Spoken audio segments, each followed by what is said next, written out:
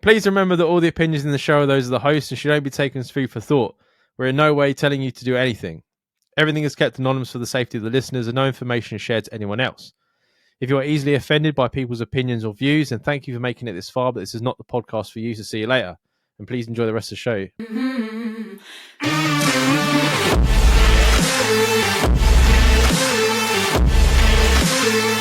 Welcome everyone to another episode of Two Men No Hope.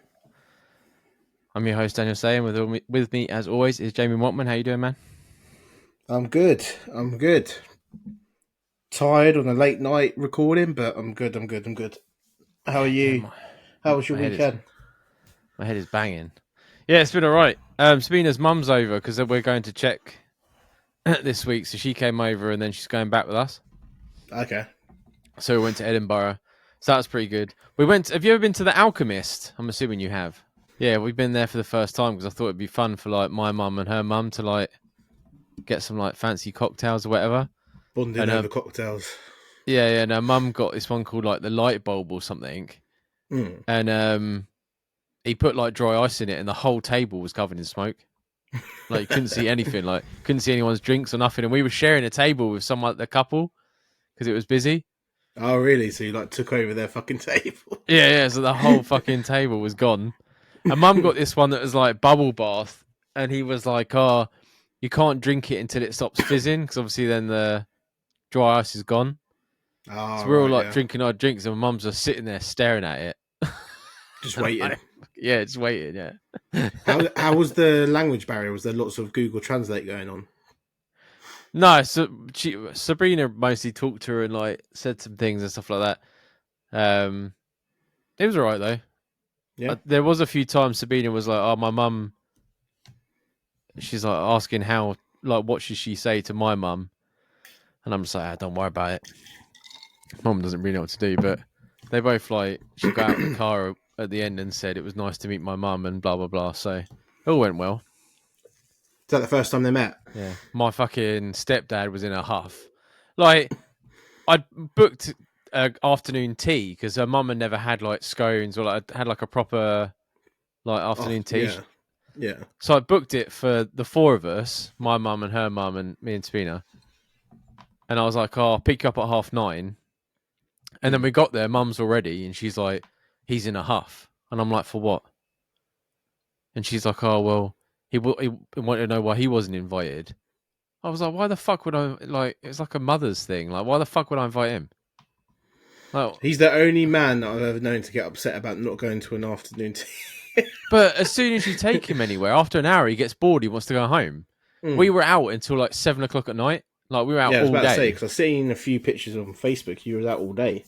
Yeah. And he sits there and he's like, because the family dog's Chewy, and you know when he's done, because he'll be like, oh, Chewy probably has to go for a walk now. Oh, I wonder if the boys have taken Chewy out. That's his like, I want to go home, and he'll start doing that within like a couple of hours. So I was like, nah. Strange. But and then when we got back, I went in the house to drop some bits off, and he was just sat there, and like he can't cook or anything, so we had chicken nuggets and chips for his dinner because that's all he could make. Why don't you just order some fucking takeout or something? Because he won't do that because he can't do it. and I said to Mum, I was like, Mum, just go to fucking bed and just leave him. Just don't even bother because he just weren't even responding. The thing is, like, as I said, most guys aren't interested in going to things like that. So I'm quite surprised that he would want to go. It's probably because he's like, he's retired now. He's retired, and he does fuck all anyway. And I don't know, maybe it was something to do with Sabina's mum being here. I don't know. Honestly, well, he could have come and met you afterwards, couldn't he? No. Well, he could have. He could have, but no. Yeah. So, but it was a good day anyway. Yeah. How was your weekend and your birthday thing on Monday? Yeah, it was good. So we Saturday I went out to a place called Craft and Cleaver because it's Charlotte's brother's birthday as well today. Oh, so right. We kind of did like a joint like family meal with Charlotte's family, and like went to the Craft and Cleaver, which is like a American like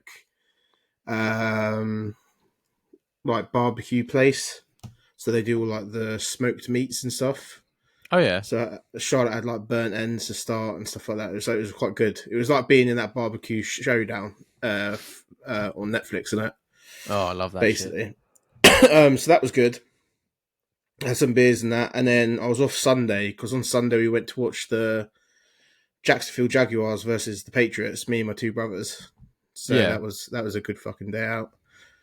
And did I tell you what happened with that? Charlotte was supposed to be picking us up. Did I say that in Yeah, the you last said in the episode? last episode, yeah. So I Yeah. was telling Sabina about it. Yeah. Somehow she went to a completely different train station to us, and she left later than us. We stopped to have dinner afterwards in Wagamama's, right by Wembley. But somehow Charlotte actually beat me home, which I just couldn't. It was beyond fathomable. And then like I got a load of whiskey for my birthday, so we just sat there and made old fashions once we got back because it was like 8 o'clock, 9 o'clock. Hmm. So we had a couple of old fashions and had an early night. And then yesterday I literally sat there and did fuck all. My mum come over for a bit, but for my actual birthday I just sat there and chilled out. We booked a table to go out, but by the end of the weekend I was tired and that, so it was nice to stay in Hmm. and just chilled out in the house. And then today the same. Really, I've been trying to sort stuff out in the garden and that, but it's just been an absolute fucking the weather's shit. Yeah, I was gonna say fuck Can't get that, man. anything done. I saw that there's like a really bad fucking sickness bug going around, Mm, like both end sickness. And I was talking to a guy at work, and he was like, "What? His mate and I've met her before. What is a postie?" mm, And he was like, "Oh yeah, she's got it. She is based in the town, but she does her rounds just outside of town, so she has to get a lift and she gets dropped off and then picked back up again." yeah. So apparently, like they were going out of town in the thing, and she was like, "You need to pull over because I'm going to be sick."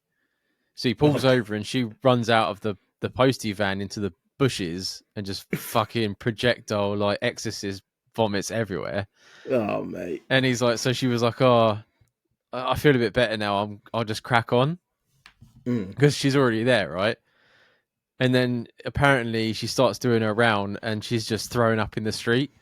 She's like, "I Oh can't mate. make it to like drains or anything like that." She's just literally like, so she's like, so she's like four down. She's been sick 4 times, so she's like, "Fuck this." So she rings the guy to come pick her back up, and Mm. then she rings the boss, and she's like, "Oh, I'm really sorry. I'm just so sick. Like I can't stop throwing up. Like I'm just standing here in the street throwing up." And he's like, "Oh, okay, well, don't worry about the letters. Just deliver the parcels." And she's like, "No, That like the sums guy's on up his but yeah, big companies, bruv. basically yeah, and the fucking post office. Yeah." She's like, "No, he's coming to pick me up now, and I'm going home." Like I said to the guy at work, I was like, "There's videos of Amazon drivers who like have diarrhea and run into people's gardens taking a shit." I was like, if someone saw her being sick, she'd be a fucking viral sensation and be like, "Look at this Straight post away, office yeah. worker In a fucking vomiting post all office, over the street." fucking uh, like wearing a red fucking jacket, getting sick into it. Could you fucking imagine? That's one good thing about when we used to work in retail and that, because we were working hands on food. If you got sick like that, they would make you stay off. Where Yeah. now, sometimes I feel as though I've been dug up, and people are still questioning why I'm going home or whatever. I'm just like, mate, Yeah.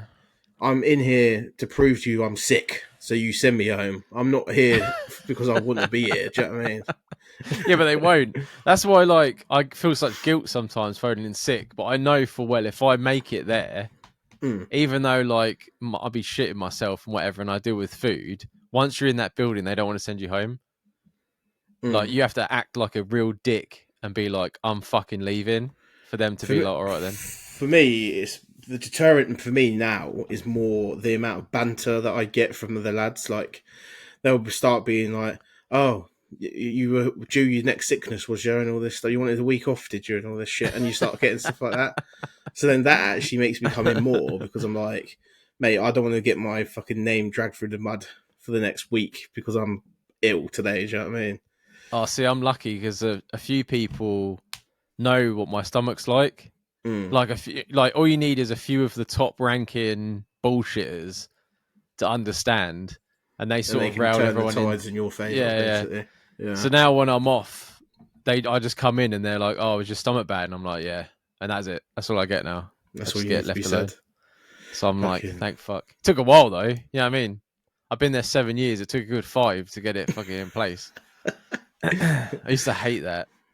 But then I Oh, do it to mate. people and you sort of think to yourself, oh, well, I'm giving it back. I do, yeah. I'm the first person to slag someone off if they're off. Especially if it Yeah. impacts me. If it impacts me in any way, I'm just like, fucking cunt. Fucking work shy cunt and all this stuff. Yeah, I'm the same. But I what were you gonna say? but yeah, speaking about people fucking if I was on that road and that woman was like getting sick outside my house, but I've got the worst gag reflex. If I hear like the reaching, that'd be sending me fucking wild. I wouldn't be able to. I I'd be think sitting in my living room just going. I'd be like trying by to. by the sounds of it, it didn't even reach that point. It just came out. Like she literally just Oh fucking turned and man! it. Honestly, do you remember when I was on the flight back from Parma and I was saying about the woman had the um, food poisoning on the way back? No, Did I tell you you didn't about say that? that. No, you didn't So know. when I was in the flight back from Parma, there was this woman in a wheelchair in the gate area, yeah, Mm. and she had like a brown bag in her hand, and she kept fucking getting sick into it, and then she was like looked fucked, yeah, and then I heard her talking to her husband, and her husband was like trying to help her and all this stuff, and she was like, "Oh, I've got food poisoning from the hotel." And I just turned to Charlotte and I said, "Please do not let her be in my row." Yeah, and she was like, "She's getting brought on first because she's in the fucking wheelchair. She's in the wheelchair because she's that ill. She shouldn't have been flying." Yeah, Yeah. and get on. We're in row 25. She's in row 24, and it directly in front of me, and she's just sitting there, and the entire flight, she's just like. Constantly, and they've got like one of them big red bags that they put all the shit in, and they've given her one of Mm. them big red bags to keep putting her stuff in. And I looked over to like the girl that was sitting next to her, and her husband asked to move. I'm sitting there, and I could smell like it smelled like sour milk smell because Oh, obviously there's nothing left inside her, just pure like crap coming out. And yeah. I'm sitting there, and I didn't realize my headphones weren't all the way up. So once I got them all the way up, I couldn't hear her anymore, but I could still see her. And every time she went forward, I'm like getting like this, even worse and worse and worse. And then I'm sitting there, and I'm like, this poor fella is just like obviously he doesn't know what to do in it, so he's got her on that flight, even though really they should have stayed in Parma for another couple of days and let her get over it. And he's sitting there and he's just raw dogging the flight, just sitting there for 2 hours, just staring straight into the back of the seat in front of him, while his missus is constantly getting sick. I just thought, if that was me, bruv, I would fucking, I would end it on that flight, man. I would have just fucking cut my own throat sitting there. It was bad enough That's the sitting thing. behind it. That's what you risk, though, didn't you? When you go on holiday, if you ever get sick, then you got to try it. You can't cancel your flight or anything because most people can't afford it, and obviously you got to come back for work and that. Yeah, but if with places like EasyJet, you can move your flight for like fucking 30 quid, man. I don't know. Move I the don't fly flight. enough. Move the flight. If you're that I don't. ill, you're in a wheelchair, Dan, I would move the flight. Do you know what I mean? Mate, I can imagine she was in the wheelchair because they offered her the wheelchair. Well, Oh well, if you she was in the insist. wheelchair because she couldn't walk, bruv. She tried to get up to go to the toilet and she's like fucking collapsing. I was like, if you get sick on me, I'm going to take the plane down. Just fucking knock her out. Oh man. And then it annoys me because then she gets priority. We got dropped at the furthest gate away in Luton, like the one right on the corner, yeah. Hmm. And she's getting wheeled past me, and I'm thinking, you ruined my entire flight, and now you're getting taken all the way up straight through.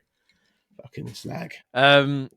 We watched a Czech movie last night, and oh mate, I decided to do a month of VPN and I'm just like, Netflix isn't like when it first come out, it was like drastically different, but like I've tried a few different places, and the only one I really watch now is like the Czech one because they're all basically the same thing, like Oh, except for what, like you're one putting or a two movies. VPN on your stick? Yeah, I put it on the telly. Oh right, yeah. Yeah, so I could just change to Netflix. For Normally that obviously doesn't for work with Netflix. Normally Netflix still knows you're in England.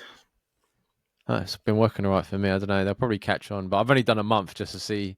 See I how it don't think I'll goes. keep it going because it's like I said, went on Canada today, Mm. and I couldn't find anything different. Even though there's a Canada section, it was like this is shit. I think the American one's got a bigger like catalog. I I think don't that's know. the only one that's I went different. on. I was like, oh sweet, I can watch like anime on like the Japanese one. So I Mm. went on there and I was like, fucking quality. They've got like Dragon Ball Z and fucking all of the One Piece and shit. I was like, fuck, I'll watch this. And then I found one, I turned it on, and because it's a Japanese Netflix, they don't even bother with English subtitles. So I was like, nah, I'm not gonna carry on with this shit. But yeah, so we watched the Jack movie last night. It was called. It's a new movie. If anyone want to watch it, it's called The Gardener's Year. Right. And I tell you right now, man, fucking Europeans do not hold your hand through anything. Like it was good, but it was the saddest fucking film I've ever seen. Oh And it really? was, yeah, because it's basically, it's the title, right? It's the year of this guy who's a gardener. So it's his entire year. And it's about how he lives on the back of this property that's like a palace. So he Mm. owns like what probably back in the day would have been like the worker's house, Yeah. and Right. Okay. he grows fruit and veg and whatever, and people come and they buy seedlings and whatever. Like that's his business, right? He's a gardener, Right. and the film is basically someone comes and buys the palace, and they offer to buy his house as well because they want to do it all up, and he doesn't Yeah. want to sell. So then it's just the year he then went through of them trying to get him to sell his property, Right. and it's just fucking. And it's not like the beekeeper, right? Where it's like you're going to assume that they're going to put this guy down and he's going to blow the house up or something like that. Like it's like proper real life. Like they start off by like cutting off his access road, which they're not allowed to do, but they hire like a private company. Oh, So so it's they're not. going to get traced back to them. Yeah. So he has to try and sell his stuff through this fence. And he basically what a normal person would do, right? You would go to the council. The council are like, oh, blah blah this. You phone the police. The Mm. police are like, oh, well, they're not really doing it. There's nothing we can do. Yeah. So he They're not doing carries it nothing on, illegal. and every month it progressively gets worse, Right. and you just feel fucking horrible for this guy. And then to the point where he's like, I want to sell, and they're like, no, we don't want to buy it anymore. But then they continue to make his life hell, Yeah. It's become even like though their they won't buy it. pastime. Yeah. But it's really good because you don't see the owner of the property or anything like that. It's just a really like interesting real life movie. But fucking hell, Spina was like freaking out because as it was getting on, they were doing more and more like severe stuff to him, and it's just sort of like fucking hell, this is horrible, man. I was watching. Have you seen the new movie called What You Wish For? What you wish for? No, I haven't. No. So this it's the premise generally is so this guy, he's a chef, yeah, Right. and he's mates with his best friend from years ago, who's also a chef, and he invites him out to I think they're in like Argentina or something, to like this big like posh house that he's at, yeah, and he was like they had a couple of days drinking together, and he was like, "Oh, how did you get involved with this house?" And he was like, "Oh, posh people come, like rich people come here, and I do like a dining experience, and we rent the house like this. I work for this company that rents this house out like for the day, and he Right. does like a big dining experience with them." And he's like, "Oh, that's great." So they do this everywhere, all over the world. He's like, "Yeah, it's not that good." So then obviously you're starting to realize it's not fucking straightforward. Yeah, Hmm.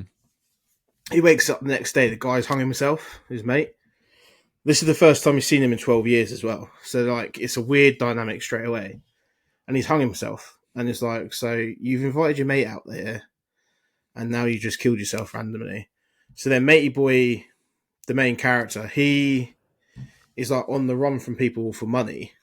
Like he owes people money. I don't know why, some gambling debt or something. So he decides to take it upon himself to hide his friend's body, yeah, Yeah. and basically become him and like Oh, faked an fucking ID and hell. everything. So Yeah. then he was doing all the chefy shit for this company. So these people arrived, like the handlers arrived to sort out the thing. And she was like, "Have you sorted out the menu?" And he was like, "Oh, I've not really. I was waiting to see you and speak to you about the menu." And she was like, "So you've not sorted out the produce?" And he was like, "No." Lo and behold, the produce is humans that eating fucking people, isn't it? Fucking hell. We should have said spoiler at the beginning of this because that's.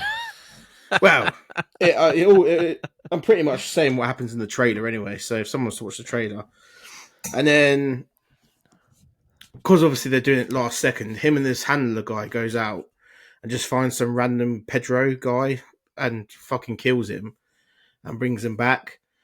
And then like one of the diners asks for the tongue as part of the like dessert, like sashimi made from the tongue.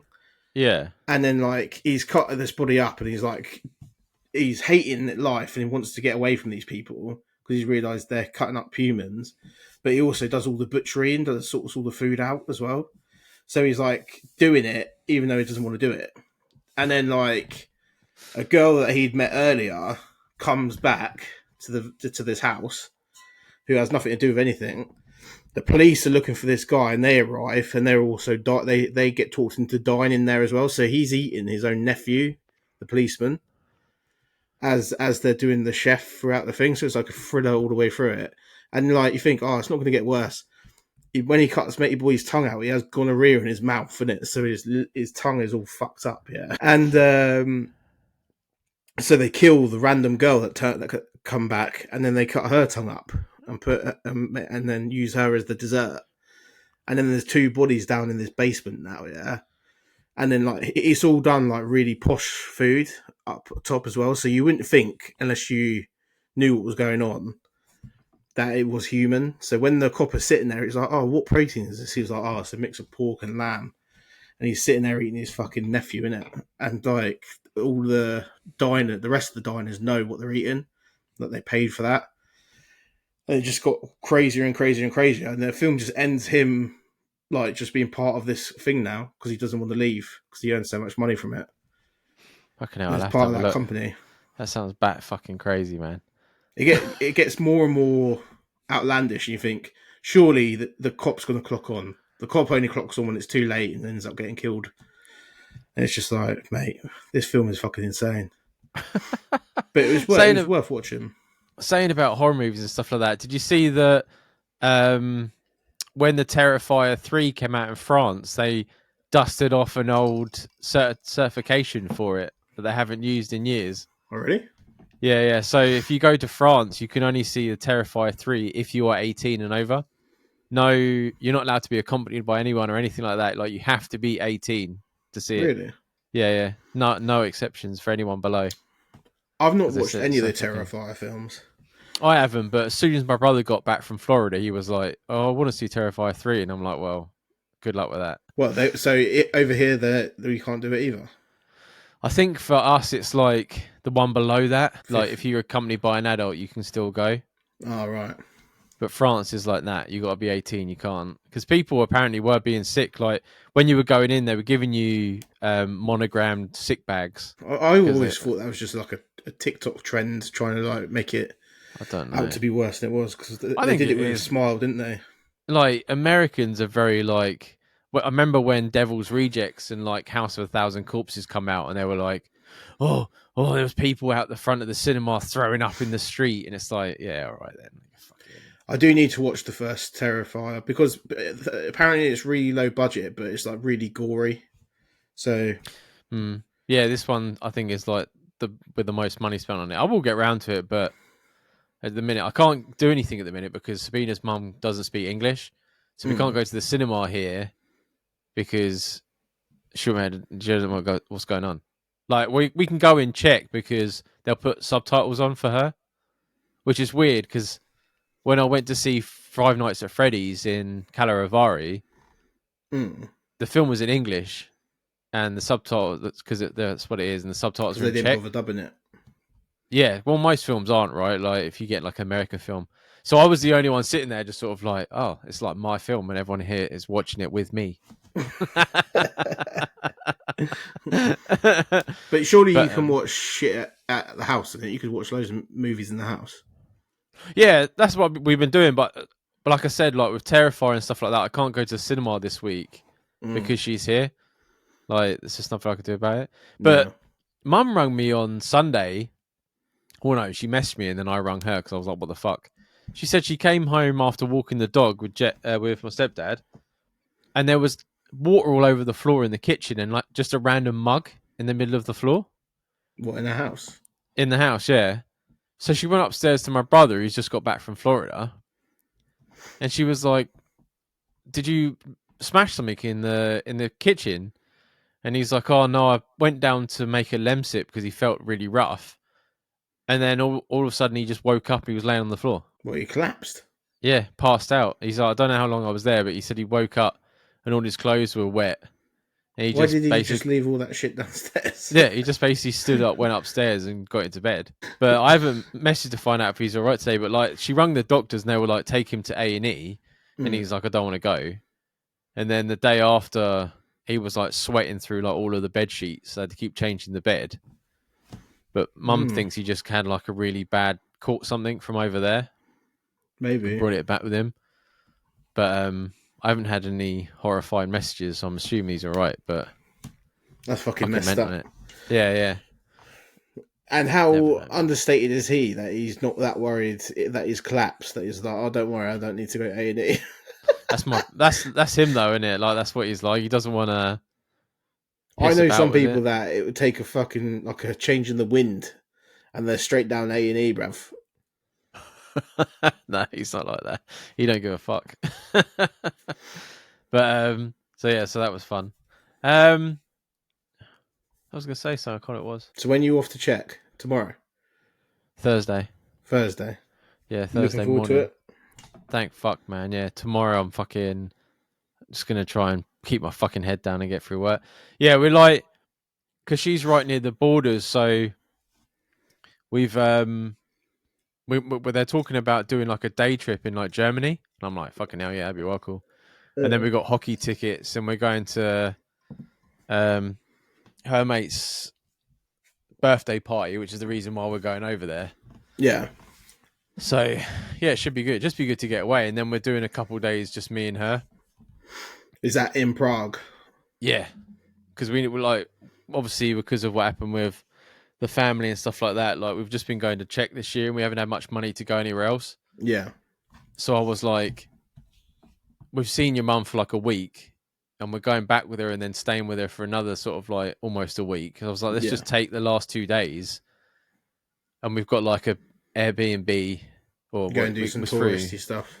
booking. Not even that. Like we're gonna obviously go see her. I'm never very good with remembering who people are. I think it's a cousin. But he had a baby this year, Mm. and like she loves going to see her, so we're gonna go see her, and then we're just gonna go wandering around, man. I wanna go to a proper, authentic Czech restaurant Yeah.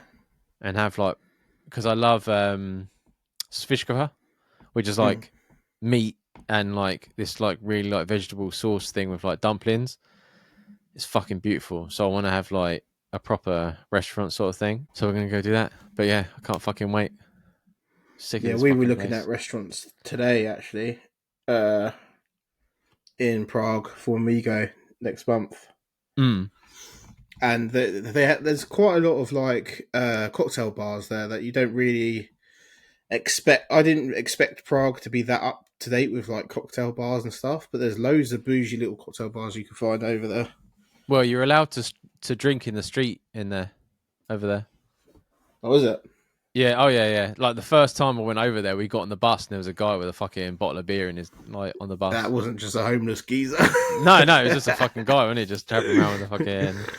But like, Uh, but yeah, no, I'm sure you will do, man. Like, I think they're planning on banning pub crawls or something for like late night. But I'm like, how would you know if someone's on a pub crawl not just out having a good time? Like, doesn't make any fucking sense. yeah, it It's don't make it's sense. because people go there for stag do's, right? Like it's a big stag do place.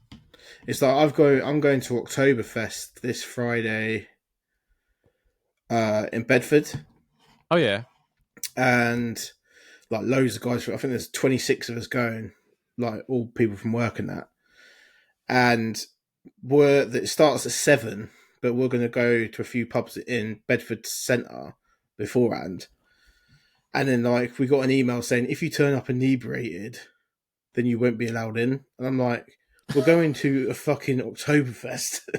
You're drinking steins of beer, which is 2.5 pints. You're going to be inebriated pretty quickly. Even if you're just turn up sober, within half an hour to an hour, you'll be drunk. Yeah, yeah. But they want you to spend more there though, don't they? That's what it is, yeah. And Yeah. I just didn't even read the email. I just like dismissed it because I was like, they can't like deny us entry if unless someone's absolutely fucking out of their box. Mm. But we're all adults now. None of us would be wrecked after 4 pints. Well, you would think so. Oh But mate, I'm back to them days. I had a couple the other day and I was like, fucking hell. well, I'm doing. I'm saying it now because this will come out after Friday anyway. So this will come out after. But I'm gonna go have a lager top rather than actually have a proper beer. So have like a little bit of lemonade in everyone Oh, I was gonna say, what the before. fuck is a lager top? Like a shandy? Lager Yeah, well, shandy. yeah, almost, but it's not like half and half. It's more like 3/4 beer, and a quarter uh, lemonade, just purely to stop myself getting wrecked before I get there. Because you know how quick I drink, man. I'll be drinking like 2 pints a pub, and then I'll be 6 pints in, 7 pints in by the time we're at the fucking Oktoberfest. I'll take one stein and I'll be lit. Fuck that, So man. I'm secretly going to be drinking lager tops, and hopefully no one notices. You need to know some basic Czech for when you go to. How do you say? How do you say? Thank you and please and thank you. So you would start off by saying Dobry den. Dobry den. Dobry den. Dobry den. Yeah, which is hello. Right. And then if someone gives you something to say thank you, say dekul. Is that how you say it? Dekul? Dekuju. So it's dekul. Dekil. Yeah. So it's like thank Okay. you. And then please is prosím. Prosím. Yeah. How do you say Prosím. beer? Pivo. Pivo. Prekir. Prosím. Prosím. Please. Yeah. Pivo. Prosím. That's But all. you That's can. me sorted, mate. But if you went in and they started talking Czech to you, you just say Nerozumen. What's that? I don't understand. These are all the basic shit I know. This is 120 days of Duolingo here. Yeah, because I always say it's when Sabina talks to me, I always just look at her now and I just go, Nerozumen. Nerozumen. I don't understand. I always get myself into, because obviously we go to Portugal quite a bit, yeah. I always get myself into a situation where I sound like I can speak Portuguese, but I can't. So then I'll go hola, ¿cómo estás? When I go in, yeah, which is like hello, how are you? Yeah, it's Mm. basically the same as Spanish. And because I say it with confidence, especially if I've had a few beers, they then start firing loads of words at me, and I'm like, large beer. Yeah, because I do the same. Because there's a guy at work who's Czech who knows that I'm trying to learn it. Mm, So I always go up to him in the morning. I'm like, "Oh, dobry den, jak si máš?" Which is like, mm. "How are you?" And then he starts talking to me, and I just go, "Dobrze," and then walk off. Like, good, that's good. I Oh was man. I was talking to Sabina about baby names just for like out of conversation. Mm. And in Czech, if you've got a Czech name, you have like a name day. So you have your birthday, and then you have the day which was the day that you picked the child's name. All right. And I was like, oh well, I could have a name day, and she's like, oh, only if we name it like a Czech name. What's a So Czech name though? oh, What's like like a average male name? And so her dad's name was Roman. okay, that's a pretty good name. Yeah, I like that too. And then so I don't know much Czech, right? So I've just been demonstrating my very little understanding of Czech. But Mm. I know man is moosh. Moosh, yeah. Yeah. And I know what I am is yeah, Sem. Yeah, I said moosh. Yeah, yeah, I am Yeah. man. So I was like, I'm gonna name my baby Moosh, and she was like, why would you name it that? I was like, because then when he goes into check and they're like, who are you? He goes, yeah, I said Moosh. I am man. I was like, greatest baby name ever. And they'll be like, "Why does this guy speak like caveman?" Isn't it? Yeah, but that's how it translates, right? That's not how it Yeah. actually sounds in, because that throws me off all the time when I'm trying to make sentences. I always Mm. in my head it's like that is something, and where it's they add like all like the different fillers. Yeah, I find it difficult with the Portuguese as well because in Portuguese we say caneca, which they in the Algarve they say caneca, Mm. which is a large beer, but beer that just means mug in Portuguese. So if you're learning Portuguese off like Duolingo, you're just saying mug to them, and then so it doesn't make any fucking sense in your head. Do you know what I mean? But Yeah. then I learned what beer was. But then when I say beer to them, which is cerveja, when you say that to them in Portuguese, they look at you like you're a fucking alien. So it's like you want me to say mug instead of beer. It just don't make no sense. What you need to do is when you go to a restaurant to impress Charlotte, is you go Dobry den, Malvite and Glitsky, Yasem Cizinets. What's that? Hello, do you speak English? I am a foreigner.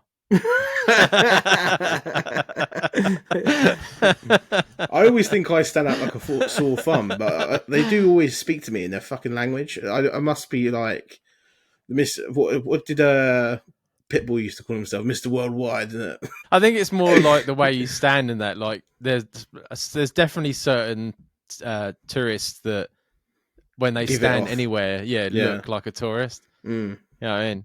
But like I go into like bars and like restaurants and stuff like that, and I just look straight at the menu, even if I can't read it. So they're just like, that guy knows what he wants. I'm like, Yeah. no, I When I don't. was in France, when we went to Paris, I was giving people directions. And it kept happening. And Charlotte was like, "Do people think you're French?" I was like, "I don't look French. I'm covered in tattoos. I'm fucking. I was wearing like a Oakland Raiders fucking hat as well. I did not look French, but somehow I was people asking me in French for directions, and I was giving them, and I don't know any French. It's fucking mental, man. But yeah. Hopefully, I'll remind you a couple more times Yeah, before text you it to go me away. because that will remind me as well. To because if I can read it, I can say it better. See, it's difficult because like I still try and read things the way they're spelt when they're not, Mm. because it's like the way you say it. Well, you got to But know what they because they'll miss out certain letters and stuff. They have silent letters and that. yeah, yeah. The best one for is Melvite, which is do you speak, and then English is Inglitsky. In Glitsky. Yeah, and then what's Scottish? Scotsky. They wouldn't differentiate that though, would they? Because Scottish speak English. Well, no, because I there's a guy up here that the only sentence he knew the last time I spoke to him, but I know he's doing Duolingo now. Was what was he used to say? Oh yeah, I don't understand Czech. I am from Scotland. Oh, right, right. Yeah, Scots guy. And then Czech is Chesky, which is why you say Nerazumin Chesky. Like I don't understand Czech. Speaking of Scotland, I got into a fucking argument with an American yesterday. Yeah, was it yesterday? When I was at the no, when I was at the game, the Mm, NFL game. So we're sitting there watching it, and there's an American family in front of us, right. and we were discussing how a lot of Americans aren't very good at geography. Like they're famous for not being good at geography, yeah. And we obviously didn't realize they're American in front of us, and so, well, I was like taking the piss, and then he turned around and he was like, "Well, you guys don't even know that you're not even in a real country here." And I was like, "What?" What did you say to him? Like, what do you mean by I that? was like, "What do you mean by real country?" And he was like, "The UK is the country, not England. England's not the country. It's a state within the UK." I was like, "It's not a state." I said, "It's a country." I said, "Scotland's a country, Wales is a country, and Ireland is a country." I said, "The only state that's in the UK is Northern Ireland because it's Mhm. not its own separate country. And he was like looking at me. Then you could see him Googling what I've just told him because obviously I'm on the row up behind him. I could see him Googling. I'm beard up as well at this point. And he goes to me, he turns back around at like the next quarter when it ended. He was like, I've Googled it and it doesn't come up with that. So then I Googled it and then like showed him it and I'm sitting there and I was like, I'm having like a passive aggressive argument with this fucking American geezer and then showing him up in front of his kids. And then like later on, because they started doing this thing down here, I don't know if it's made it to Scotland yet, but when you go to like gigs or you go to like a football game or like any sports event, if they give you a can, so they ran out of lager by the tap, so they were giving out cans of Stella. Right. They have to open the cans. They Yeah. won't give you it closed, just in case you Mhm. launch it into someone's head, basically. So I bought 4 cans. They had no ways of carrying it, so they gave me back like, do you know, like the wallet thing that the cans come in, Yeah. like the cardboard wallet. They put the cans back in there, all 4 cans open, and then handed me it. And I've just spent 30 quid on 4 cans of beer, which was I was fuming, yeah. And I goes to my brother, hold that when I go to the toilet, and he was looking at the merch at the merch store. I was like, okay. He was like, okay, come out. Aaron's dropped a can on the floor, yeah. So I was already not that happy going back into the stands. So I had 3 cans now in the 4 carrier pack thing. And I'm walking over, and the geezer I've just had an argument with about the fucking states of England, I just poured half a can on his head by accident, and he went fucking mental. And I was like, mate, it's not my fault. It's not my fault. I think he thought I was doing it on purpose, isn't it? And he's getting up, he's like, getting all like, do you know when they go like shoulders up and everything? And I was thinking, if you Yeah. come near me, mate, I've got 3 cans of Stella. I'll launch them into your face. He's fucking peacocking you. Yeah, I'll kick you over the fucking balcony. And you can see both my brothers are sober. I'm the only one drinking as well. So I was like, I was looking like I was bevved up because I started getting riled up. And How then I the just, fuck did he drop a can if he's not even sourced up? it's not his fault. It's the carrier. I couldn't have a go at him. But it was so unequipped. I was thinking, you're having a full game here of like American football, and you have nothing to carry the cans in. Yeah. Like, think about what you're doing. But I love. if you open them all up, think about what you're doing. I'm wondering if anyone's sitting here listening and thinking to himself, 4 cans for himself. Like I thought, at Yeah. least one of them each was for his Oh brothers. no, I didn't want to get back up. That was at half time, innit? So I was like, I'm not getting back up. 4 cans of beer would last me the whole other hour that it took. See, I can't do that. The more cans I buy, the quicker I drink them. Oh, really? Yeah. Like I can't. No, because I made a mistake. You see, in the first half, I only bought 3 beers, and I was like, I drank the third beer by the time the second quarter had started, and I was like, right, I've made a mistake here. So then, when I went and got the cans, I was like, I'll get 4, and that should do me. But I ended up having 3 because obviously, 2.5 by the time it got a mate boy's head. All right, mate, can you ring out that toupee you've got on there? Yeah. Might be back. Ring out your top of it, mate, and I'll just start drinking out of it. You just hear sucking, and you're just sucking on his top, just trying to get out of it. But at things like that, you don't get drunk, no matter how much you drink, unless you're going for it. I had like 8 beers. I didn't even touch the sides because it's such a long day, and you're like walking back to the train station, and you're in the trains and all that. You don't really get that pissed up. I just need a fucking piss all the fucking time. So we're recording early. Well, we're actually a little bit ahead now because I'm going on holiday, so that we haven't got as many emails. So I thought we'd try and do a do not laugh situation going on. Okay. For Jamie. So yeah, sorry, I just had carry on. So I don't know how old people are that listen to this, but back when me and Jamie were younger, virile children, the biggest joke out there was your mama jokes. Oh yeah. And I felt myself, I haven't heard of your mama joke in a very long time. So I thought myself, I'm gonna find the top your mama jokes, and I'm going to see if any of them still work on Jamie, and see if they make him laugh. Let's do it. Let's do it. I've got to try and not laugh when I read them out. I'm going to read the ones out. I'm just going to go down the list.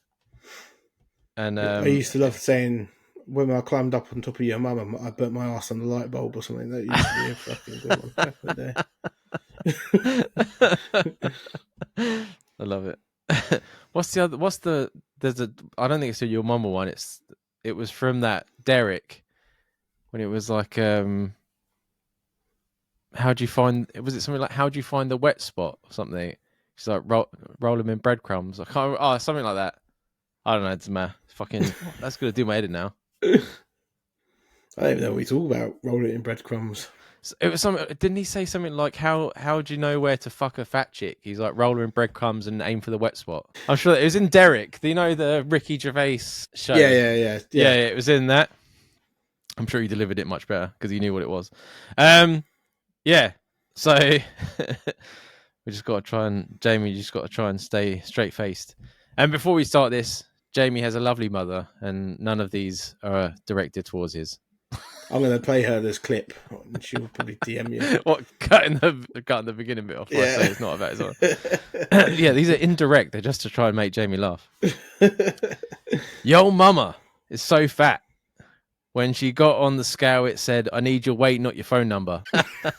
I'm just going to like rapid fire it. Like I'm going to give him like a couple seconds of silence, and then I'm just going to move on to the next one and try it's and the eye contact as well for him. If I'd had a few beers by now, I'd be cracking up straight away.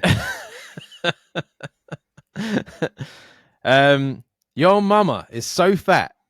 I took a picture of her last Christmas and it's still printing. You childish bastard, Jamie. That's the second joke and you just fucking laughed. Printing. I'm just hearing the printer going. I read this one and it didn't make sense to me, but I read it anyway. Your mama is so fat that when she went to the beach, a whale swam up and sang, "We are family, even though you're fatter than me." Yeah, I didn't think that was funny either. Your mama is so ugly. When she tried to join an ugly contest, they said no more professionals. Your mama's so fat and old. When God said, "Let there be light," he asked your mother to move out of the way. Your mama's so fat that when she fell, no one was laughing, but the ground was cracked up. Your mum is so fat when she sat at Walmart, she lowered the prices. This next one's my personal favourite. Your mama is so fat that Dora can't even explore her.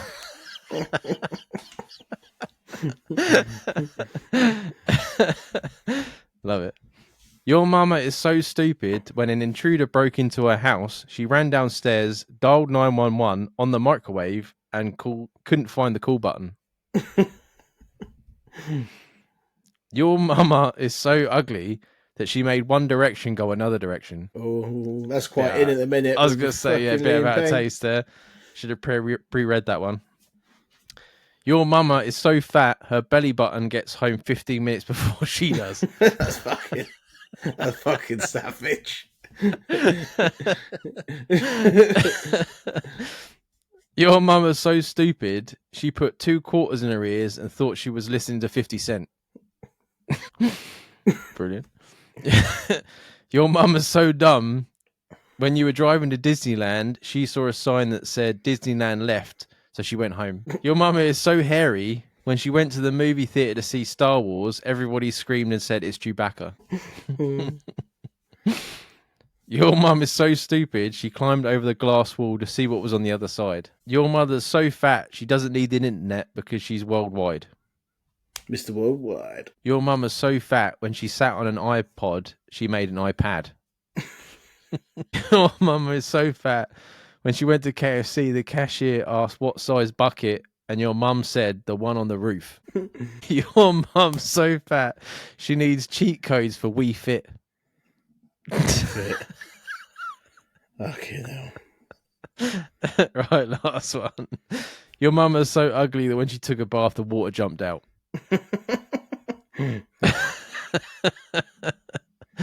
I love your mama jokes. I remember when people used to say stuff like that, and it used to make me so angry. So angry about how dare you insult my mum. Everyone would be like, how dare you say that about my mum? And you just start fucking fully fighting over it. Yeah. But now they just sound so fucking ridiculous. You're like, can't believe I even fucking bothered. Some of them are fucking belters, though. Please remember that all the opinions in the show are those of the hosts and should only be taken as food for thought. We're in no way telling you to do anything. Everything is kept anonymous for the safety of listeners and no information shared to anyone else. If you are easily offended by people's opinions or views, then thank you for making it this far, but it's not the podcast for you, so see you later. Please enjoy the rest of the show. Remember to click on our beacons, you will find our merch and 20% off Essence Vault. Morning is what I emailed back.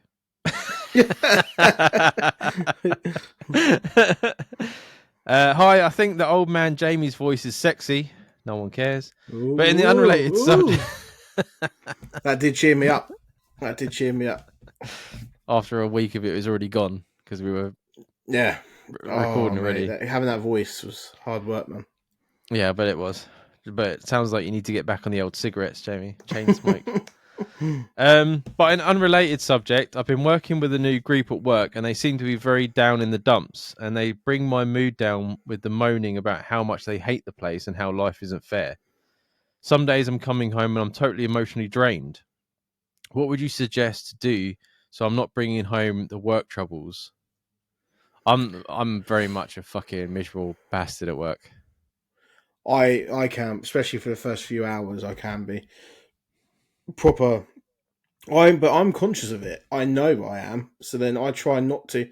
If I know everyone else is all in like a reasonable mood, I won't like really interact too much. So then I'm not bringing people down. Mm. But people don't give a shit. Some people, especially, I think in British culture, especially, we do moan. We moan about everything. If the weather's hot, and no, if the weather's hot, we say, "Oh, I can't wait for it to be winter again and cold." If it's cold outside, we're like, "Oh, where's the summer? We haven't had the summer." Do you know what I mean? We just moan about everything. So Yeah. I think trying to actively keep away from people's moaning is going to be difficult, but I think what you can do is just take what people say with a pinch of salt. When I worked in a certain place, I don't work there now, but I worked with a few guys that were close to retirement, and um, all they cared about was talk about pensions and moaning about how the workplace has changed since they were in their like fucking main days of working. Do you know what I mean? And I didn't realize how much that was bringing me down listening to that all the time, because obviously I was like just listening to other people's moaning, and you don't realize until you're kind of out of that that's happening to you. And I think the way I dealt with it is by busying my own time, and if I can listen to music and stuff separately and not have to deal with them as much, it helped me big time. That's what really got me into podcasts, I think. Listening to podcasts all the time is needing someone else's voice in my head rather than the people that are in the room with me. Yeah, I always put off podcasts because I was like, I can't stand listening to people at work. Why the fuck would I listen to someone I don't even know? Mm. But it does help. I'm very much like that at work, and I work in a place where everyone's like that. But my attitude is like, once I'm out of there, how do I shake off work? So Yeah, I that's like, why the whole idea behind Severance, do you know, the TV show, where you have like an inside work life and then you have no memory of that at all. When you come out of work, you go in the lift and your memory disappears. oh, is that what that was called? I was trying to think about that the other day. Yeah, and that's that concept is what would be really good. Is that you just have a separate life, like you're living Mm. half your life outside of work, and you don't have to deal with any of the woes and bullshit that, because everyone's workplace, unless you work in something and you are very very lucky and you love the thing that you do, there's always going to be negativity in the workplace, and especially if you're with a negative team, it Mm. does make a big difference. And I think for me personally, the group of guys I work with now, there's a few of them in particular. Like if I'm in a terrible mood in the morning, they can pull me out of that quite quick. Mm. But if it depends how bad I am, I will now know and be conscious of the fact that I will bring people down if I don't get out of it. So then I will stay locked away in my own little room and not really deal with them until I'm ready to fucking have my 4 coffees and be a normal human being instead of a ball of anger. Yeah, see, I'm like my opposite. Like my work, I treat work as work. Mm, Like there's only one guy I really talk to, mm, and like we have a bit of back and forth. Like we're quite balanced in our, we hate this place and talking about other things. So like when I was saying previous about the coaching and showering, I find that coming home and having a shower when I get in sort of like washes off work. yeah, Like it makes me feel like I've started again. yeah. And then like I have my own driving mix that Sabina hates, and she gets in the car and she's like skipping through songs. I'm like, this is my playlist.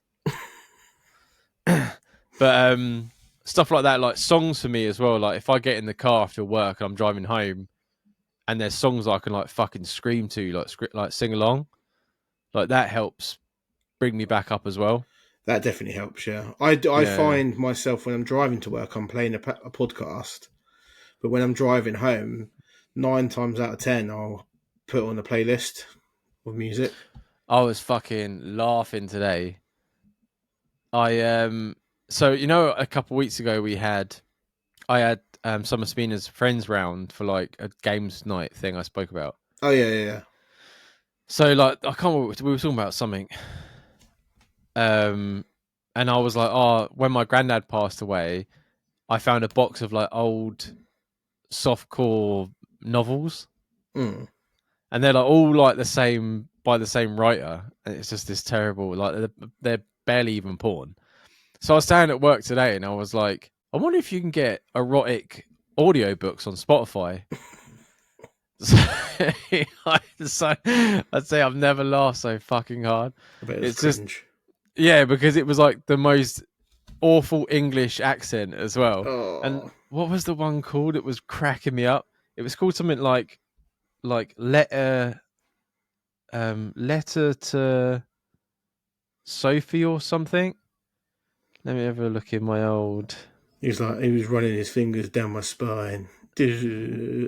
Oh, I can No, feel the cringe already. it was like they're so like shit. Like my thing is like full of them because I was like, oh yeah, a letter from Susie, and Mm. it's basically seriously, Pete, everyone's got to go on Spotify and listen to this. It's like 15 minutes long, but it's like imagine if a really lowbrow English prostitute was writing a letter to like her ex partner, and I can't. What was one of the lines that cracked me up? She was like, me and the girls got to the room and we passed out on the bed, and she's like, I woke up at 4 in the morning, the window was open and the cold breeze crossed my buttocks, and then she's like, and I looked around the room and it was just all fanny and assholes, and I'm just like, this isn't even erotic, it's just really bad, like just it's not I can't describe it.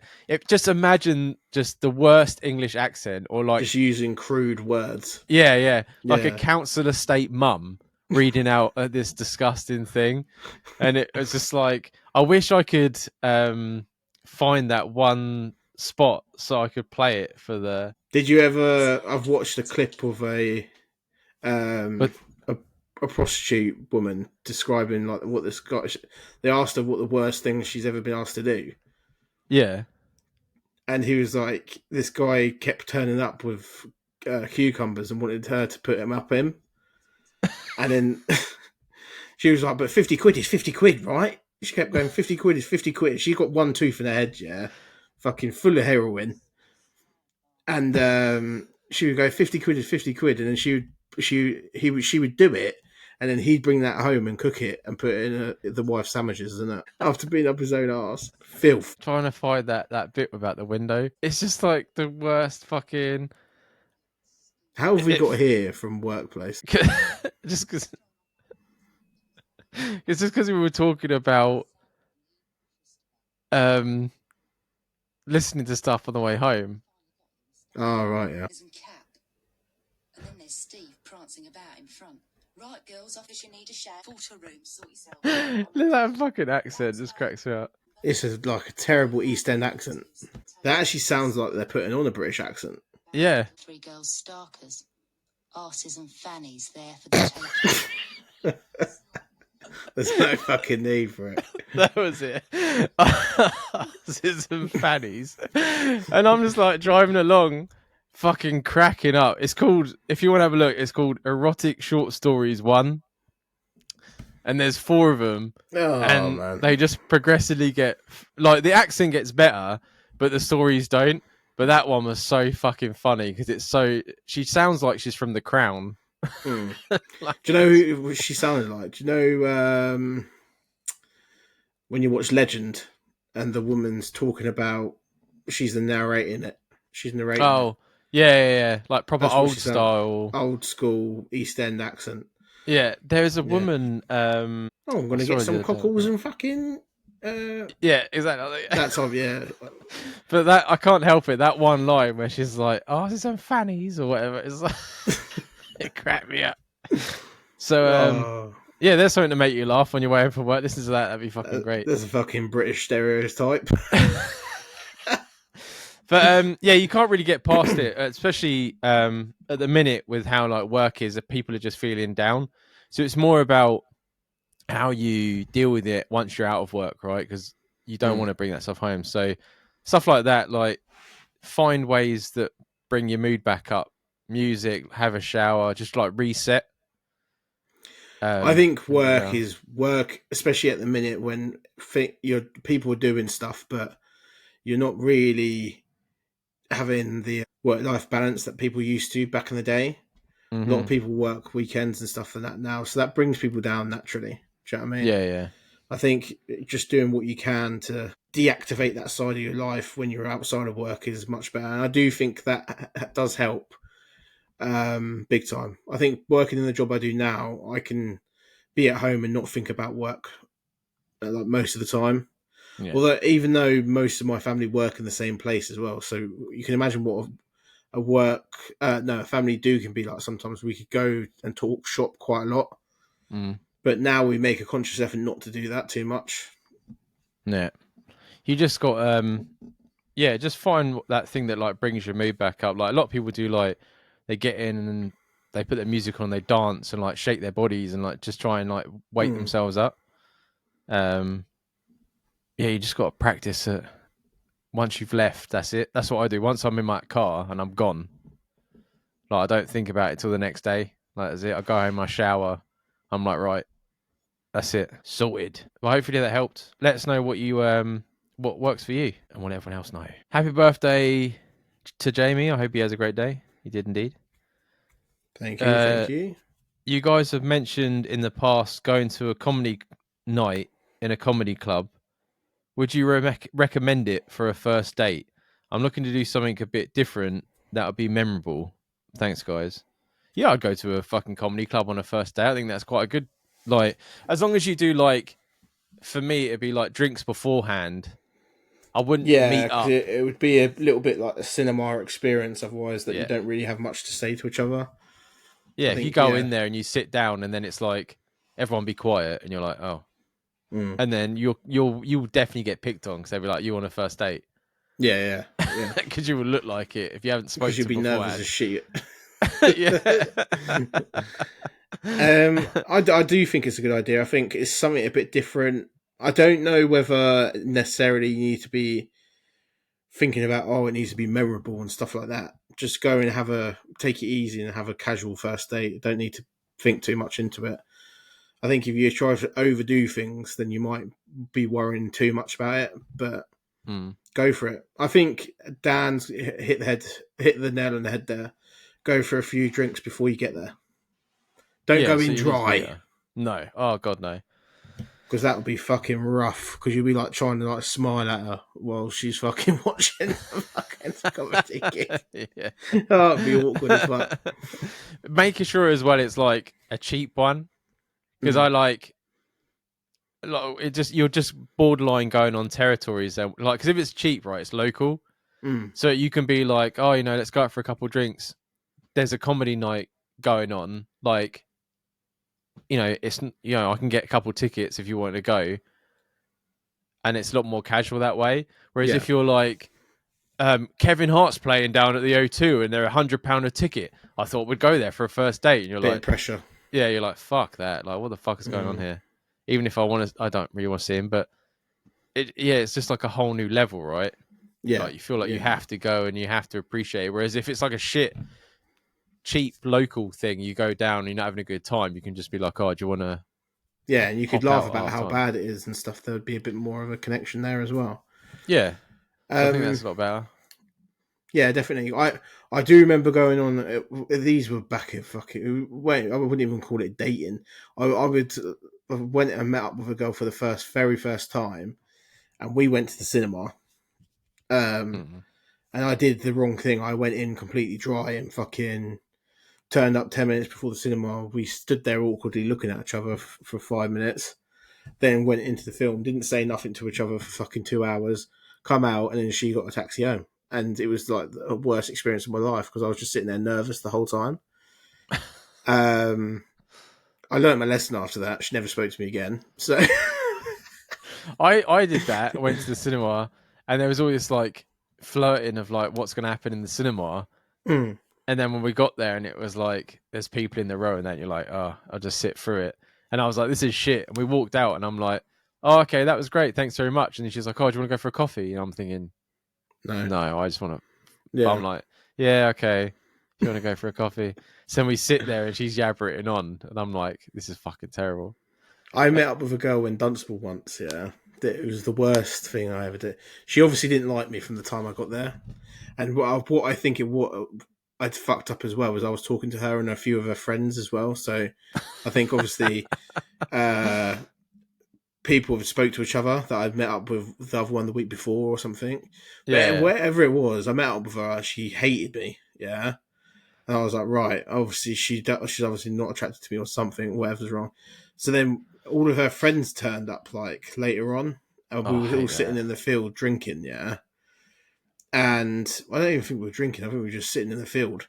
And then the boys were playing football behind me, like her boy mates, and they booted the ball at the back of my head, and it smacked me like really hard in the back of the head. And they was like, "Oh, sorry, sorry." I was like, oh, "Okay, they've done it by accident, isn't it?" Yeah. Then she's still ignoring me. I was in a weird situation where I was waiting for my mum to pick me up, and she couldn't get there quick enough. So I was like having to hang around, knowing she hated me. And then they booted the ball in my face again. Yeah, and I was like, they clearly don't want me here. So then Yeah. I got up and just walked around Asda for fucking 45 minutes, just walking in circles and just avoided them. And I was just like, when I look back on it now, I'm just like, what the fuck? The things you do, especially as a young lad, trying to get your like end away, and Yeah. you get caught out on something, and you get basically fucking assaulted by these two guys playing football. And I I'm didn't say surprised you didn't nothing. fucking knock him, mate. I was in that them days as well. I was very fucking quick to the mark to start on someone, but I didn't. I don't know why. I was already on the back foot because she hated me, I think. So I thought the whole gang would turn on me. No, yeah, I suppose, yeah. Forward thinking, Mate. Javia. Very forward thinking. But now, if that was me now, I would have fucking ripped his ball up and fucking when he tried to come after me, I would have killed him. Just booted the fucking thing. I can't even remember her name, man. That's how long ago it was. That was Yeah, awful, though. I hate them days, man, when you meet up and you sit in a fucking park or something and you're like, It fucking was hell, super what's going on? awkward. And do you know when you can tell straight away someone don't like you? Yeah. And I was just like, what have I done?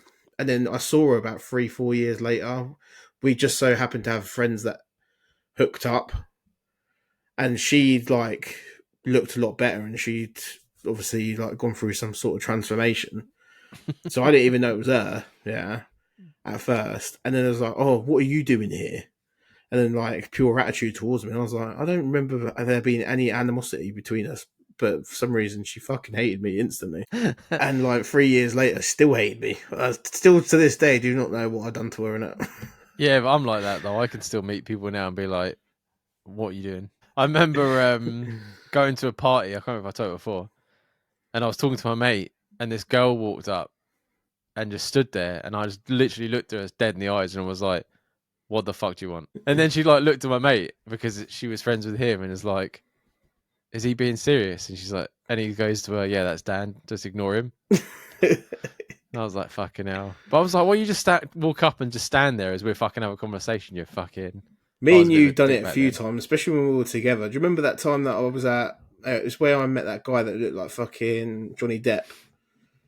Oh yeah, I met him. I upset someone in the kitchen. Within 15 minutes of me being at this party, someone had called me a misogynist arsehole or something because I said something. And I was like, I didn't know anyone other than you. And I was just like, well, fuck you then. And I just went and stood in the garden. But I went through a spate of upsetting people. I don't know why. oh yeah, I did that too. Just an angry child. What were we talking about? Yeah, comedy clubs. Yeah, they're good. Definitely worth it, yeah. Yeah, go and have a good time. Because at the end of the day, if the comedy's good and the date's shit, at least you took something away from it. It'd be all right. Research the comedians though, because if you're going to like a comedy club and it's like, say if it's like an all black audience, and you turn up and your missus is like not into that type of like comedy, then you could be in trouble. Or if like there's some anti-Semitic stuff being said and she's Jewish, it won't go down well. Do you know what I mean? I wouldn't even get that with thinking ahead. I'd just be like, let's go here. Jamie always using his noggin. Good luck. I'm sure it'll be a good date. How are you both on this fine afternoon? As winter comes in, I'm struggling with the early mornings. It's made me late to work a lot in the past month. I'm not sure what to change to get myself out of bed earlier. Have you guys ever struggled with this type of thing in the past? I struggle with it right now. Struggle with what? Getting up in the morning? Getting up, yeah, because it's getting cold, isn't it? Like you just want to stay in your bed and Oh, mate, yeah. just fucking fuck this place. For me, because obviously I think it should be illegal to be working at the times we're getting up. Yeah, And I question my life choices every morning when I'm yeah. sitting there at 4 a.m., heavily breathing on the end of the bed, wondering why I didn't concentrate in school and doing a fucking job that is like works to like fucking 8 to midday or something. Yeah. Oh, absolutely. Yeah. What I wouldn't give to start work at 9 o'clock, man. Oh, Fucking mate. hell. And you wouldn't have to drive there either. You could work from home like all them fuckers. Oh, yes, please. Yeah, because I do 6 in the morning till 4 o'clock. Mm. Sabina does 9 till 5. And I'm like, I'm getting up 3 hours before you, Mm-hmm. and I'm only getting home an hour before you. That's Yeah, fucked up. I do 6 to 6. And Yeah. obviously, if I've got the dog that morning, I'm leaving the house at like fucking 4:30. I'm not getting back till about 8 o'clock. So it's fucked fucking up. long ass days, man. Yeah. And I just sit there and I'm thinking, if you'd done this better, you would. Oh, yeah. If you had done this better, Yeah. if you would listen to yourself, but the thing is, the way you got to treat it is like the position you're in is the position you're in. But working through, especially in the winter time, getting up when it's dark and stuff is shit. The only thing you can think of is just think if you don't want to get fucking disciplinary notices put against you for being late, you need to use that as a driver to get up and get out the door. That doesn't drive me for fucking shit. I have 10 alarms. All of them have snoozes of 10 minutes between each, so they overlap. And I put all my work stuff together in the morning now. All I have to do is get up, take a shit, brush my teeth, make my breakfast. I'm out the door. 15 minutes, Jamie. The rest of the time is in my bed. There you go. I snooze for a good solid hour. Unless Sabina's over, and then I feel bad, and I get normally 3 snoozes. See, I used to be like that, but I've got into a routine now where the first alarm wakes me up and I can't go back. Fuck that. So I was doing it, and then I was waking up like an hour before I needed to wake up all the time. So now I've just set the alarm right for when I actually need to be up, so I can actually get up. And what I do, I literally just go around, put all my stuff, all my clothes on and stuff out the door as quick as lightning, and then I can spend the time being angry in the car. And then that's pretty much what I do. It's just I drink a whole 2 litre bottle of water as well on the way to work. Fuck that. Just to bring me round to that. And if I don't have that bottle of water, I am like fucking Satan's spawn walking into work, innit? Like when I people try speaking to me, I'm just looking at them like, fuck off, bruv. I've explained it before. I was like, snoozing for me is like putting a You're thumbs winning it. up. Yeah. Yeah. Like if my alarm clock goes off and I have to get up straight away, I've lost at life. Like I know that I can't beat time and I can't even fucking control it, but I can make myself believe I can. That's what I'm doing right now. And You're like living in denial. I watch all the videos on YouTube where they're like, oh, going back to sleep resets your sleep cycle and it makes you feel worse. Well, then I'll feel worse, but at least I got 15 more fucking minutes, didn't I? Yeah, fucking medical bitches. Getting aircon helped me big time as well. Fuck that in the winter. No, it keeps it regular, innit? Like, my room's always 18 degrees. Nah, fuck that. Because like, yeah, that's what like that's like jokes aside. That's what I would say to you is like obviously you got your arms, but I would because like when you get up in the morning, not only have you got to worry about work, it's like getting stuff ready. So for me, my mornings are now easier because I now do what Jamie does, and which I didn't do is I get everything ready, Mm. and especially like because I like ADHD, like my brain's already racing. So I, like now when I get up, everything's like in my path. So I don't even think my brain doesn't even switch on. I'm literally the only job I've got to do when I wake up is wake up. That's it. Yeah, and then you can kick straight into automatic mode. Yeah. My another thing for me is I have an Udi, Mm. and I've got many Udis because they're heavy. So when I put it on, it makes me feel because it's like an anxiety thing, right? Like weighted blankets, weighted hoodies, all that sort of stuff makes you feel secure. So I Oh, literally get really? up. Yeah, I've got a weighted blanket or stuff. See, that's what I can't remember it's called, weight something. But I get up and I put my Udi on, which is like Mm. massive, and then I have the hood up, so I look like a fucking hooligan, and I just wander around the house like some fucking distressed prostitute. But I'm getting on with it. But I've got that big fluffy Udi on to make me feel like I'm still some sort of like in bed or something like that. And I even got to the point now where I can get dressed underneath it, like put my t-shirt on everything. I don't have to take it off. It's like a bra. Yeah, Fuck it. exactly, Jay. I know you're impressed. I can see it in your eyes. So that's how I get through it. And I'm a horrible morning person and stuff like that. But Jamie's right as well. Like you got to get to your work, and you've got to use that as like a set as many alarms. You know, do whatever, get everything ready and stuff like that. But at the end of the day, Dan, you know me very well as a you gotta person, get it. yeah? I'm never on time to No, anything, yeah? no. Work is the only thing that I actually get there on time, and I'm literally there on the dot. Now when you work in the co-op, you were consistently late I every was single day. consistent. I go through spates. I'm going through a spate now where I'm cutting it very close. I'm walking in when I should be in there already. But work is the only thing that can drive me. I'll be late to my own funeral. Do you know what I mean? Work is the only thing that can force me out of my bed. And this morning, because I hadn't set an alarm, I was all fucked up. Yeah, because I even if I'm waking up on my days off, I need to set an alarm. Otherwise, I'd sleep till like 2, 3 in the afternoon easily. I would just sleep straight through. I'd just keep turning over and just like go, okay, back to sleep, back to sleep. So I didn't set an alarm. So this morning, Rocco woke me up. I fell asleep downstairs last night after a few whiskies, and I was playing some Xbox. Rocco woke me up at 6 a.m. wanting to go to the toilet, so I let him out. And I come upstairs, and in that time, I should have got my phone out and fucking set an alarm, but I didn't. So then I wake up at later on because it's my day off. I woke up at like 10:15, which is around normally when I would wake up on my day off. But I was so discombobulated that I was just walking around naked for ages, just like not knowing what the fuck to do. And I was like, and then I just snapped into like normality, and I was like, "What are you doing? Get in the shower." Do you know what I mean?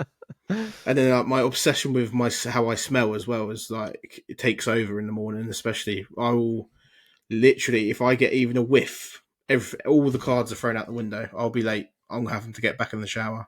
Do you know what I mean? Nah, I couldn't give a I'll fuck get a with slight work. whiff of myself. Like, there's some smelly bastard at my work. Like, that's why I shower when I get home. Because I'm like, I'd rather just be okay, but like, I don't give a fuck what I smell like in the morning. For me, it's an obsession. I don't want to be outside the house. Like today, I got a whiff, so I had a second shower. Do you know what I mean? I don't want to be outside of the house smelling. That's why I've got so much aftershave. That's why Essence Vault is fucking brilliant for me. Do you know what I mean? So that's why I've got so many fragrances all the time.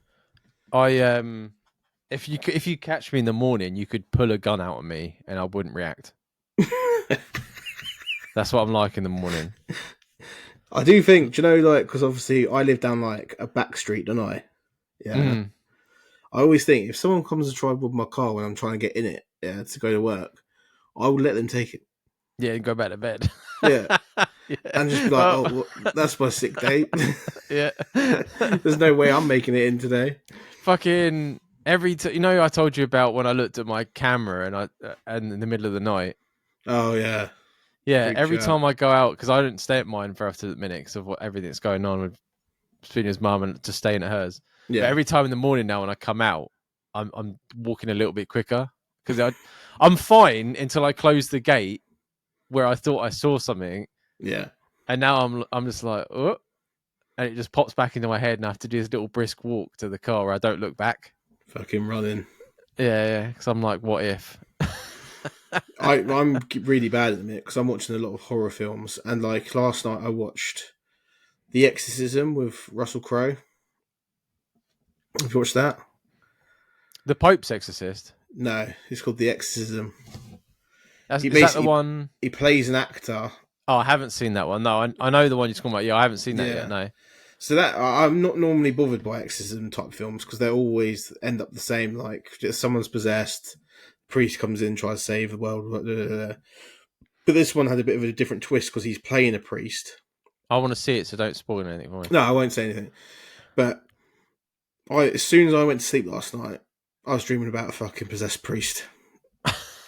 And like, I was like, do you know when you wake up and you're like, right, okay, that was a bad dream. I'm going to actively not think about that now, so then I can go back to sleep and have another dream. Yeah. No, back to the same fucking thing. And I was coming in and out of the same fucking dream, and I was just like, mate, just give me a fucking break. Yeah, I have to like look at my phone or like put the telly on or something. Yeah, otherwise, put, I do that. Family Guy on or something, so it puts you in a happier stead when you go to sleep. I can't go back to sleep after something like that because you just go straight back into it. Yeah, fuck that. Yeah, it's basically getting yourself into a routine, right? Like extra alarms help and stuff like that, but it's the routine that you got to sort of after a couple of weeks. Once you've got a solid one, it just sort of sticks. Like when I stay at Sabina's, I'm normally awake 5-10 minutes before my alarm now, just because I've been doing it for so long. But knowing that everything's ready and stuff like that before you go, definitely mental health wise is like takes the anxiety out. Yeah, exactly.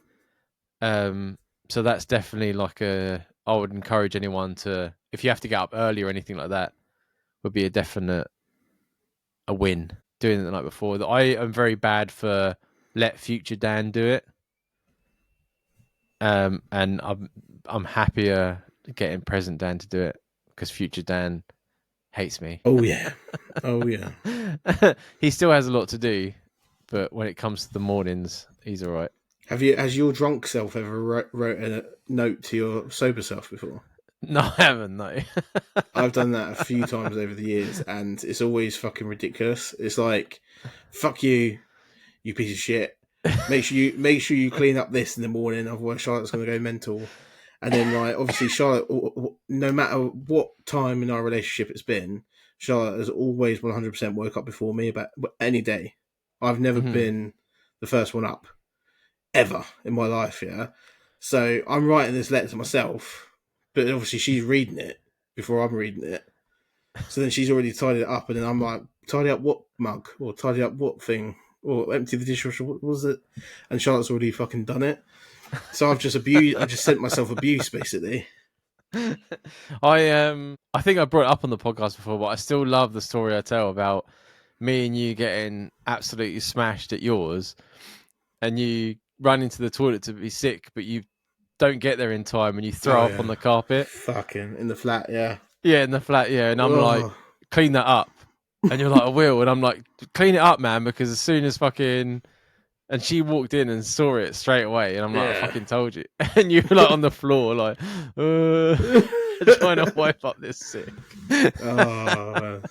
I Do you think know I what I got caught my some. little brother doing when he first started drinking? He used to write notes down of how many drinks he could handle before he could get sick. So he would open up his phone and I'd see him when he's drunk, like fucking. Do you know when you try and look at texts when you're drunk? Yeah. And it's all blurry, but he's looking, and I look, and it's like you can have 4 shots of this, one Malibu, one this, one that. And then when he figured out that I figured it out, that what he was doing, he used to get so embarrassed when I used to take the piss out of him. Was that middle or younger? Younger. Oh, fucking hell. Brilliant. I can see him doing it as well. Yeah. But yeah, so that's all the emails we got because we're a bit ahead in recording, but hopefully we kept you entertained for this episode, even though we didn't have as many emails. Reference points. Yeah, we spoke a lot of shit. Hopefully you enjoyed that. On that note, you'll be probably seeing some stuff on Instagram of Dan in Prague and Czech Republic before this comes out. Enjoy your time away, Dan. Thanks, man. Well needed. And of course, send in your content ideas, questions, and feedback for the show to twomennohope@gmail.com. And I'll see you on the next one, Dan. Yeah, man. I'll see you soon.